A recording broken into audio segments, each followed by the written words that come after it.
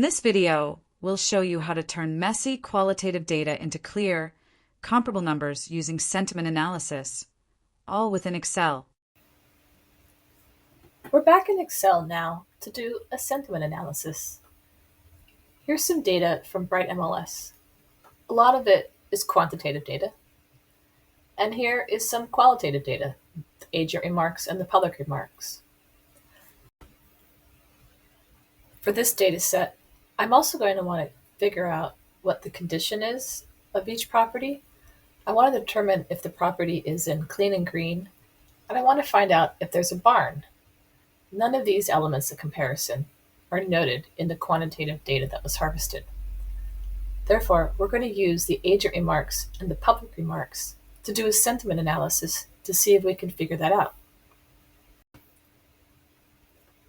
To get at the generative AI, we start with equals labs to pull up the labs generative AI formula. Here's where we enter our prompt.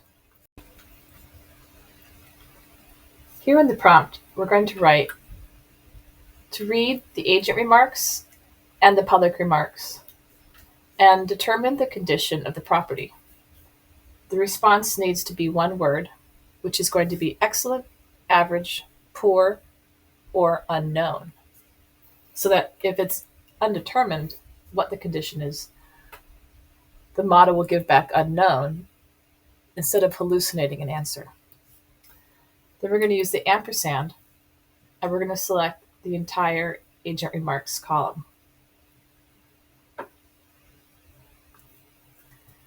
In the formula bar, remove the hashtag all and replace it with an @ symbol.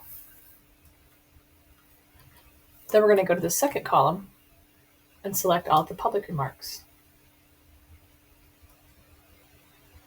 In this case, we have 158 data points in this data set. Again, we're going to remove the first block of data and add an @ symbol to collect the entire column.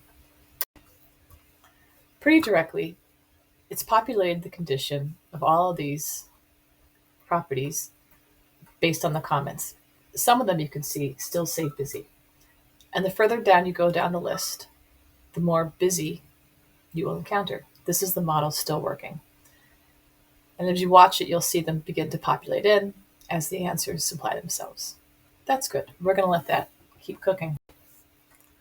I also want to determine if the property is in clean and green.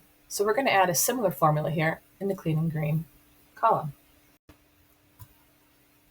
In order to do this quickly, we're going to copy the same formula into this field, only we're going to edit the details of the prompt. We want to read the agent and public remarks and determine the property is in clean and green program.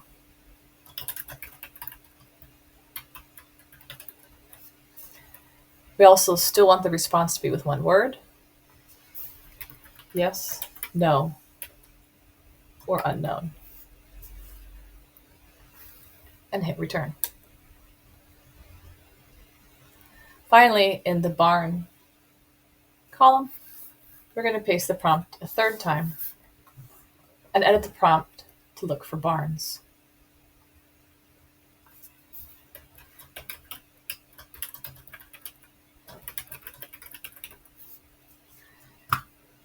And we want it to be one word: yes, no, or unknown.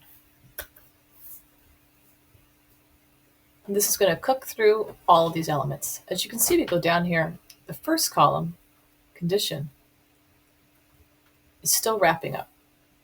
And here, about 3/4 down the line, you can see it actively answering each question.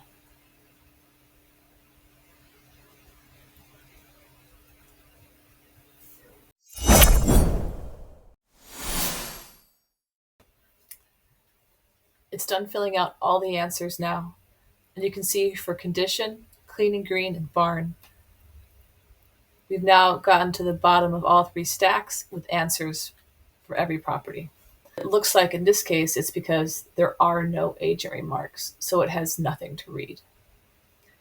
Now that we've filled out all of this information with the qualitative data, we can begin comparing it to the subject property. That's all today for the sentiment analysis. Thanks for joining.